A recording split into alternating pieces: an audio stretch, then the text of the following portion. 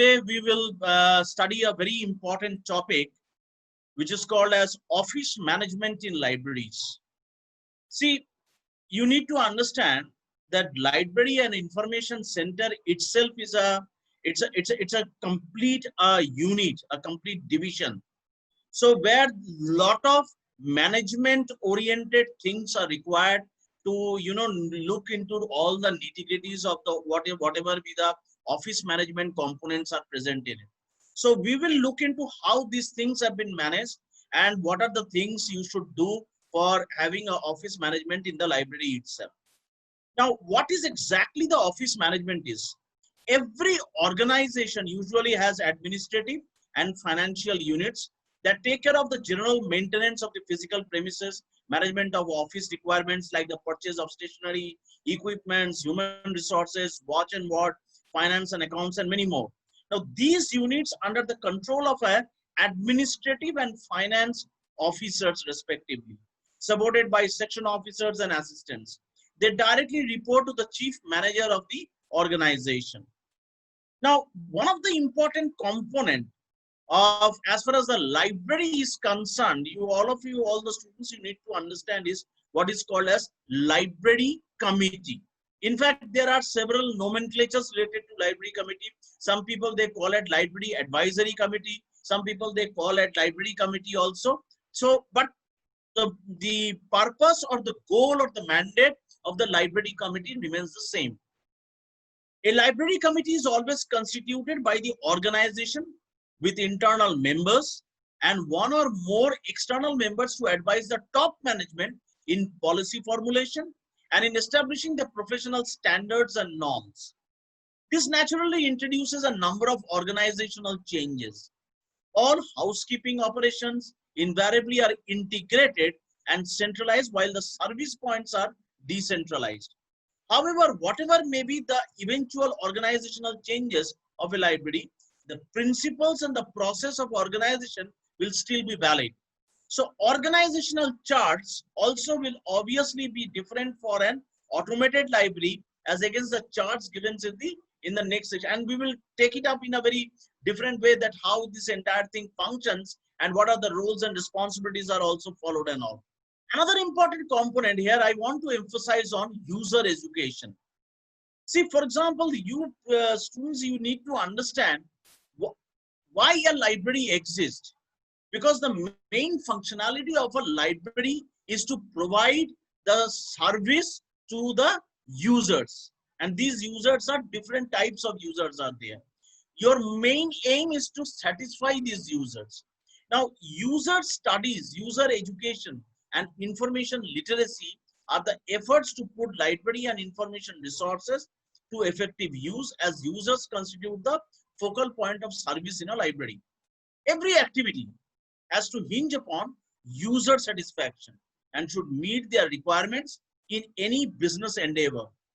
While user studies relate to the study of users' needs and requirements in different contexts and environments which are indeed as complex and intricate as customer studies in business. User education in recent decades is shifting to accentuate on educating learners at all levels to pick up the skills in accessioning, obtaining, evaluating, and using the information effectively. Now, one of the important components as a LIS professional you need to understand is that you have to carry out a user's orientation program in the library, emphasizing on the full exploitation of library and information resources. Because you subscribe to an enormous amount of resources, but do your users who are attached to your organization or attached to your library, do they know what you are subscribing? Or one particular database or particular journal or a book which you are buying, it's meant for whom? So that you need to understand. So there is various formal educational or instructional programs have been offered during the last 50 years by library and information centers as part of the user education. So one of the important component of user education is the part of the information literacy programs is nothing but the orientation program. Initially, user initiation programs comprise library tools, introducing the users to facilities provided by the library, such as the library catalog, reference rooms with display of reference books, etc., supported by printed pamphlets, guides, and such other things. Let me give you an example of a TERI library. Whenever a new researcher is inducted in the organization, one of the most important mandate of as an LIS professional is to give a very thorough orientation program to the researchers. Where are the resources? What are the do's and don'ts? What are the resources he can access from the organization itself, or the resources from sitting at home? They can access the resources through their remote access. So all these informations are provided them in a platter to them, so they can access all these resources. In fact, many a times it happens, because since it is a research-based organization, we do a lot of hand-holding programs also. That in what are the ways we can provide them the research assistance service also. So that is also a part of the orientation program, that how they should conduct different kinds of research. So we do a lot of programs in that context also to them. For example, let me give you an example. As I was given an example of TERI, we conduct information literacy programs. We have these 5 kinds of literacy programs which I have broken down. I'll take up each one of them. One of them is information literacy program, where we give an orientation of the library. What are the databases we are subscribing? What are the IP-based databases? What are the single user ID password-based databases? What are the e-journals? What are the e-books from where they can get the tablets and all issued? So all this and what are the timings and all? What are the rules and regulations? The fine management, everything is provided to the platter to the users. That is basically called as an information literacy program. We also give them an example like, for example, which are the kinds of databases is meant for which kind of resources, because we subscribe to large number of databases. So which particular database you should aim at to get the relevant information on that. That's an information literacy program. Second, your digital literacy program. Like for example, we provide a lot of digital services. Like if somebody wants to scan a research paper, or want to do some kind of digital, want to convert something on digitally. So we provide a large number of services to them for conversion of that. So digital literacy programs, they themselves can do it. We had a large number of digital resources available with us. So we provide them as a service to all of them. Like for example, many of the old publications of TERI, they have been completely converted into digital form. So people generally look for such kind of information very readily. Then another important component which the programs we have started, that is called a research literacy program. This is a research assistant service, because TERI is an organization who is completely involved into research work. So we provide a lot of research assistant service where, like for example, what kind of reference management. We do a lot of programs on academic integrity. We do a lot of programs on different kinds of software which are used on academic integrity and all. So these are a lot of informations are provided them. Another kind of a program is a data literacy program, where the different types of orientations we provided, the different database of data which we have. It's a very, very important, the different kinds of open access databases which we have, the from where the different kinds of data they can retrieve as part of the research teams and all. Like for example, we had a consortia with IEA, International Energy Agency and all. So we can get a lot of information from them.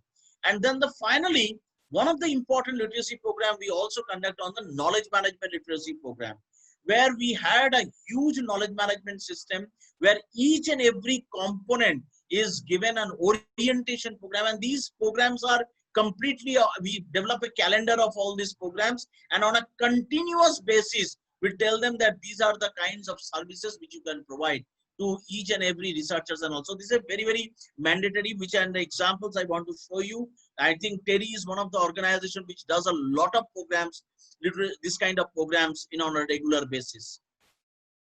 Now, devising special instructional programs. Now, the tools of techniques of using library and information sources have become more complex. Specific educational or instructional programs are organized to get users more familiar with the skills needed, such as searching the references in indexing and abstracting service, compilation of bibliographies using literature search techniques, audiovisual aids to get a total view of many types of research and reference sources, and many of these services which we provide in TERI also. Rapid developments in ICT and their applications in library and information system have brought about a paradigm shift in decisive and important ways of changes in library and information service and information systems. These have been reflected through standalone library and information institutions, getting transformed into automated libraries and networks, availability of information via internet, and a host of other facilities with advancing in ICT. There is a radical change in information literacy programs has taken place over the years. These in turn have radically changed the library information environment. User education programs are in fact fast moving towards information literacy, a comparative new concept that is very actively discussed in national and international forums today. Information literacy is being considered as a basic skill, and a learning process should be included as an integral part of educational curricula at all levels of education, and also that such a skill needs to be developed in lay persons for their own pursuit of vocations or other activities. Now, as far as the information literacy, a global perspective is concerned, now information literacy has picked up a huge, clarion call in the global level. Like for example, in American Library Association, IFLA and UNESCO, they are working very closely and very strongly. They are working on an information literacy program. A report of the Presidential Committee on Information Literacy of the American Library Association 1989, which defines that the ability to recognize when information is needed and to have the ability to locate and evaluate and use effectively the needed information. And they highlighted as skill essential for lifelong learning and the production of an informed and prosperous citizenry.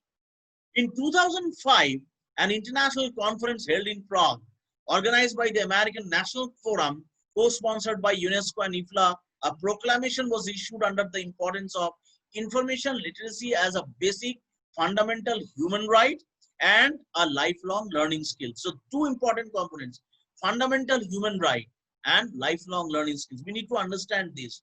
Interesting, information literacy also rose to consciousness when the United States, when President Barack Obama proclamation designating that October 2009 as National Information Literacy Awareness Month. So you can imagine from October to October every year, this is considered as a National Information Literacy Awareness Program. In India also, at different professional forums, the concept of information literacy is being discussed at length, and a body of literature on this topic is growing rapidly. A lot of papers are published as far as information literacy is concerned. Positive actions are to ensue in the near future. It is important to know that all these ideas of use and users of information are in total conformity with the fundamental laws of library science of Ranganathan. Now we'll come to a very important aspect which is called as organizational charts. The organizational chart and the relationship between the functional unit is a very useful and visual aid that shows the horizontal and the vertical structure of an organization. What is basically we called it as an organogram. Such charts are graphic representation of the organizational structure indicating the span of control, horizontal and vertical positions, relationship with the lines, staff positions, flow of authority and responsibility, communication channels, and such others. Lines of authority are usually represented on organizational charts by unbroken lines, whereas broken lines indicate staff positions and dotted lines show the staff functions like relationship between statutory committees of the organization. So in library also, organogram is an extremely important component to understand. Now, important points of organogram: combination of division criteria for structuring, horizontal and vertical positions, span control, flows of authority and responsibility, functional and coordination points, the way these aspects are represented in the charts, and the advisory role of the library committee. So these are some of the important attributes of an organogram which we have to keep in mind. Let me give you an example of the Ashoka Library organizational chart. Now here you can see the topmost of the organization is the Vice Chancellor, Dr. Malavika Sarkar. Then comes your director, the director library is there. Then on a dotted line, on an advisory body is your library advisory committee. Now, under the director library, there are two deputy librarians are there. And for each deputy librarians, you can see what are the roles and responsibilities. See, like for example, one person would be responsible for books, automation, journal administration. The other person as a deputy librarian would be responsible for journals, e-resources, and reprints. The another component is your assistant librarian, who is also have got a certain roles and responsibilities to look into it. There are two parallel, very important responsible position is there. One of them is senior executives and executives, another is library assistants and attendants. Now, this entire structure which you see, it gives you an organizational chart and the roles and responsibilities, as well as the span of control, the line of authority from one person to another person, one authority to another authority. So it can easily be depicted here in this particular diagram. This is another bigger organization where you can see, the Deputy Vice Chancellor for Academic Affairs and Community Service is the head of the body of the entire library. Then you have a library steering committee. Then you have the library director. Then you have the follow-up and coordination department is there. And then further, it is developed into three major areas: Deputy Director for Technical Service, Administrative Director, and then the Deputy Director for Information Service. And you can see you have a large number of departments under each one of them. So each one of the departments are responsible to report to one Deputy Director on the left hand side and the other Deputy Director on the right hand side. So the roles and responsibilities are very clear, and generally this kind of a structure is very popular in case of a bigger organizations. Another important component which we would like to know, which is a very small organization, like you must have come across several libraries in your own community, which is basically called as a community library. Now, in a community library, you cannot have such a elaborate organogram or an organization structure, where one person or maybe one or two persons would be acting as an office manager, who is going to be the responsible for the entire, the development and the management of the entire, the library is concerned. So the office manager works under the supervision of the COO, and by performing administrative and office support services for the library director, CEO, board of directors, and management team, if it is a trust or a body like that. Okay, so chief operating officer, CEO means chief operating officer. The OM, the office manager, handles a wide range of administrative work in support of library operations, functions, and programs, and will be able to work independently. This person must be exceedingly well organized, flexible, and enjoy the administrative challenges of supporting an office of diverse people. Projects professional emails through in-person and phone interaction, and maintains confidentiality. The essential job functions of an office manager is screen the visitors, answer telephone calls and transfers to appropriate staff members, supports the administrative staff of the library, including maintaining, ordering, and distributing office and library supplies, maintains vendor relationship as it pertains to the office and office equipment, receiving and sorting the mail, performs essential bookkeeping functions as bill processing and payment, cash disbursement, preparing of bank accounts, distributes board documents and reports, maintains official board records, maintains and posts the board calendar and meetings, prepares correspondences, report, list, other document instructed and requested, monitors, maintains electronic calendars for the organization, various administrators and library meetings. So you can, it has got a detailed, job description or a JD is available with an office manager. There are some more responsibilities are also there. The reviews income, the receipt from the library circulation operations, liaison with the lead library clerks or the library managers regarding the cash receipts, manages the contract and price negotiation with the office managers and service providers serving as a contact point for contract renewals, maintains hard copy and electronic filing system, coordinates and maintains the records for business office, phones, contracts, lenses, leases, system credit cards, and office keys, coordinates with IT manager on all office equipment across all library departments. So if you see the entire, functionality of a office manager, it almost looks like a librarian of a organization who is managing all the entire show. He's such a responsible position. So there are some more are there. Set up and coordinate meetings and conferences provided any rooms setup needed. Manages stock of library promotional materials and prepares for distribution as needed. Assist with publicizing the events by distributing printed flyer, posting to online event calendars and all. Completes long overdue process including running library reports, composing and sending letters to delinquent, patrons, reviews records for collections and completes follow through process with collection agency and performs other duties as required. Who is the library for? The first and the most important consideration is to establish who is the library free to support. The manager needs to assess the potential audience and the target audiences. They need to consider the number and the skills of the users and any other sources of information they have to access within the establishments. Now, how does the library meet the user's needs, which is very important to understand? It is crucial to make the library relevant to the organization and to match the services to the objectives. Managers need to listen to the users and talk to non-users to understand how services can be better used and to get a clear strategic direction for development of future services. They also need to recognize quick wins that will add value to a large audience.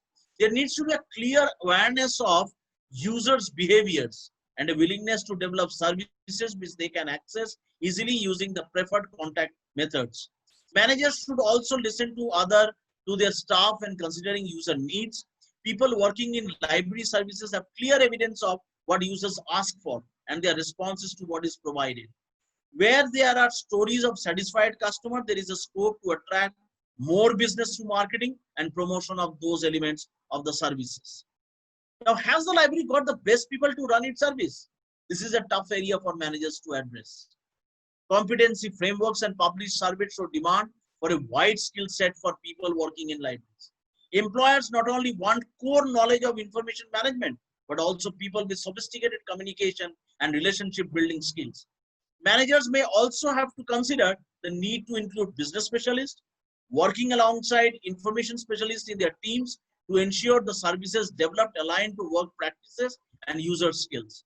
There is also an interesting interest in employing a mixture of permanent and contract staff to ensure the best skills are used for business and usual and new service development takes place. The manager also needs to take responsibility for motivating staff and encouraging their personal development. Has the library got the best resource to meet user needs? The manager needs to audit the resource offered to users and ensure they are still meeting needs appropriately. And manager has to conduct this resource audit on a periodic basis because then only he can satisfy the needs of the users. This may include consideration of the balance of printed and online resources and the licensing arrangement for centralized and user workstation access. A review of user involvement in resource selection may provide valuable information about how the service keeps its relevance to the business. Stories from staff and users can again provide evidence of what is valued and what is wished for. Managers should also look at opportunities for shared services, particularly in public sector organizations. To enable them to stretch budget further, they need to be able to construct powerful business cases to pitch for these budgets to provide and enhance services which can be seen to affect overall business performance very positively. And this we generally do very aggressively in the case of TERI as an organization. How does that library network and promotes its services? So this is very important because every resources, every services cannot be provided by library. You have to create a network because then only when your exchange programs of your best practices, your services, resources take place. So very important to develop a library network. The library needs to team up with professionals and support the organization in order to maximize its effectiveness. But separate ICT teams exist. It's highly beneficial to establish close relationship and use knowledge management technique to share expertise and develop the joint services. In fact, we have developed a very strong knowledge management system in TERI based on these concepts. The manager needs to know the key people in the business area and to ensure that they give good services so that they can confidently champion the library and its role in organizational success. New managers need to listen to stories about initiatives that have not worked so that they can concentrate on publicizing existing services to a wider user group and can put resources into developing properly researched new services. It's also important to celebrate innovative services which prove successful and draw wider attention to them in external publicity and in industry award nominations. How does the library measure its performance? The manager doesn't have to operate in isolation, because measurement is a very, very important thing, because then only you can have a user satisfaction. By setting up a library's governance group, he or she can tap into business and support services, expertise, all with a view to championing the services and helping to define the strategic direction and the priorities. Online surveys are conducted, post-action reviews are taken up, and valuable feedbacks are obtained from the users, and a casual conversations or formal discussions can easily give you a lot of hints how you can do the improvisation. Frontline staff should make a point of finding out how their work is used in a wider business context and what the overall outcome of the business was. And in fact, frontline staff, they play a very, very important role because they are the first people who interact with the users. Outcomes may include influencing new product development, attracting new clients, or enabling greater revenue to be collected. Managers need to evaluate feedback and ensure that their performance is reported and recognized. From this anticipated position of strength and acknowledgement value of the library's role, the managers needs to celebrate briefly with staff, then to start the life cycle checklist again.